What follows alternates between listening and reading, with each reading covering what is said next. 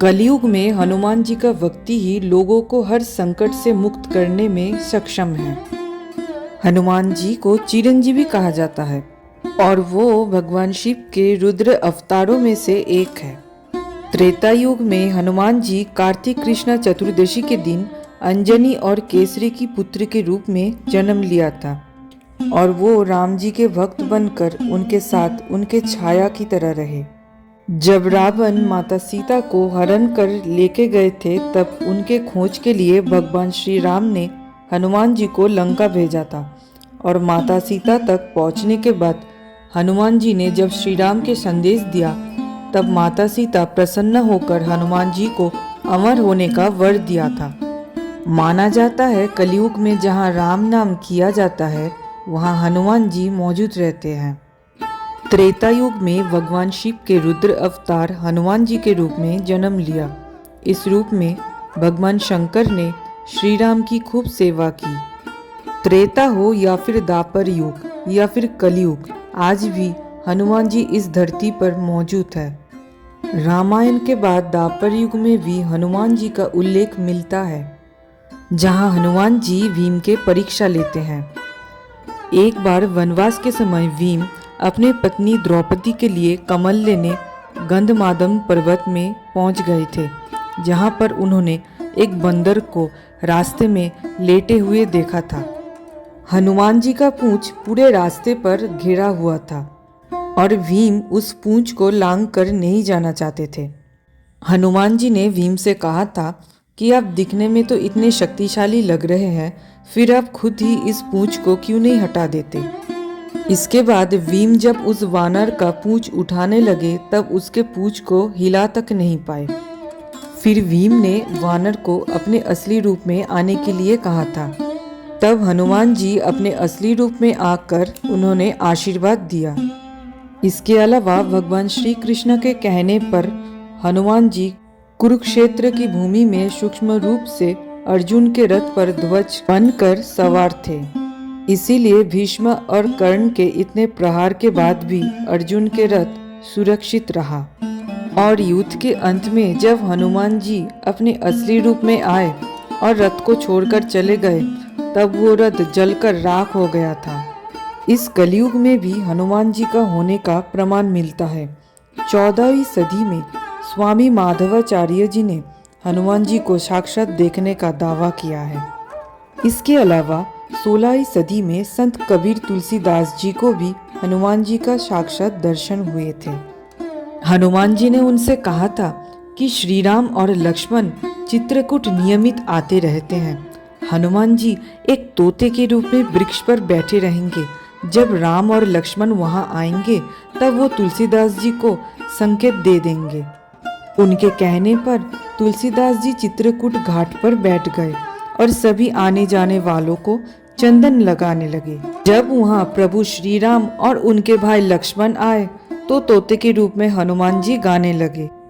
चित्रकूट के घाट पे भय संतन के भीर, तुलसीदास चंदन घिसे तिलक देत रघुवीर। तुलसीदास जी को इस तरह प्रभु श्री राम और लक्ष्मण जी के दर्शन हुए थे। इसके अलावा तुलसीदास जी की कथाएं बहुत दूर दूर तक फैलने लगी थी, जिसकी खबर उस समय की बादशाह अकबर को मिली। अकबर ने उन्हें अपने दरबार में बुलाए थे और तुलसीदास जी को कोई चमत्कार दिखाने के लिए कहा, लेकिन तुलसीदास जी ने इस प्रस्ताव को स्वीकार नहीं किया। तब क्रोधित होकर अकबर ने तुलसीदास जी को जेल में बंद कर दिया था। जेल में ही गोस्वामी तुलसीदास जी हनुमान जी का नाम जपते रहे।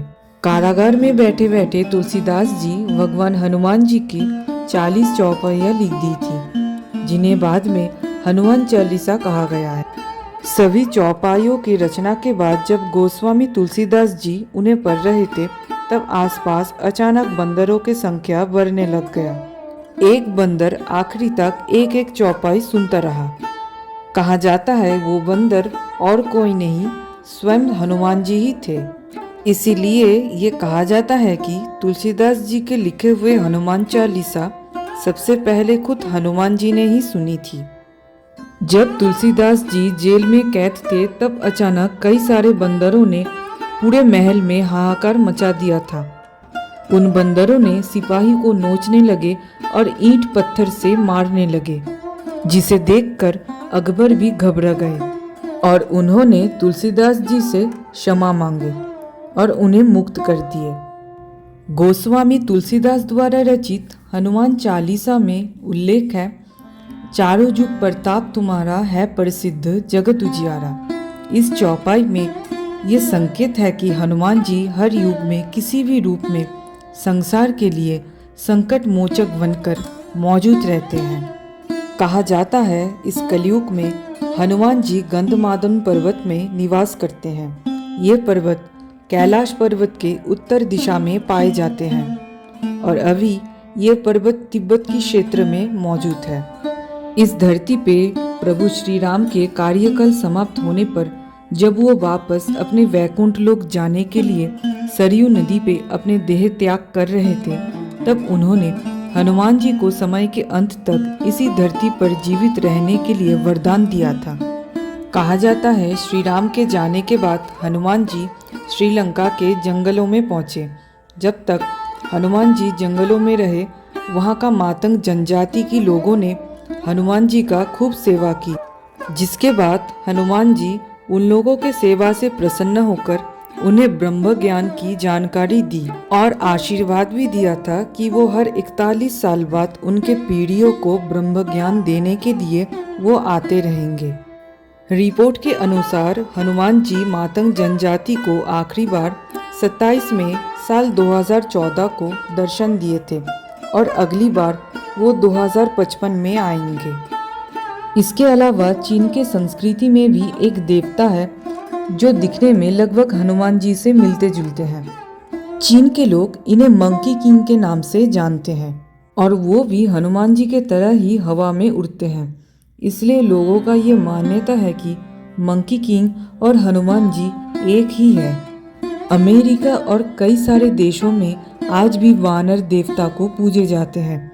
अमेरिका में एक प्राचीन वानर देवता के मंदिर मिला है, जिसके प्रतिमा हनुमान जी से मिलता जुलता है।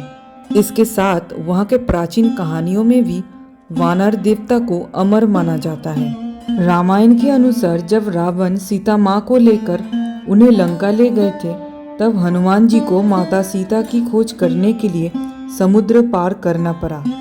जब हनुमान जी अपने विशाल रूप धारण करते हुए समुद्र पर छलांग लगाए थे, तब अपने पहला कदम जहाँ पर वो रखे थे उस जगह पर उनके बड़े बड़े पैरों के निशान बन गए, जो आज आंध्र प्रदेश के अनंतपुर जिले में मौजूद है। हनुमान जी का होने का प्रमाण समय समय पर होते ही रहते हैं। एक बार की बात है जब 3 दोस्त मानसरोवर की यात्रा में गए थे। इन तीनों में से एक जन हनुमान जी का बहुत बड़ा भक्त था और उसका यहाँ पर आने का मकसद हनुमान जी के दर्शन पाना ही था। एक दिन मानसरोवर में घूमते वक्त उसको एक गुफा दिखी जहाँ से तेज रोशनी आ रही थी। इसके बाद वो लड़का अपने कैमरा लेकर गुफा के अंदर चला गया, जहाँ पर उसने एक लंगूर को देखा और जिसके हाथ पे एक किताब था। उस लड़के ने तुरंत ही अपना कैमरा निकाला और एक फ़ोटो खींच ली। बताया जाता है कि फ़ोटो खींचने की तुरंत बाद ही उस लड़के का प्राण उसके शरीर से निकल गए। इसके बाद उस लड़के को अस्पताल में ले जाया गया था, परंतु डॉक्टरों के लिए भी ये मौत काफ़ी रहस्यमयी थी।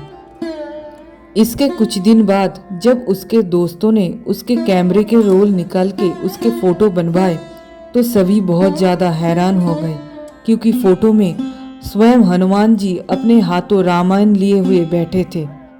आज भी इस घटना को कई साल हो चुके हैं।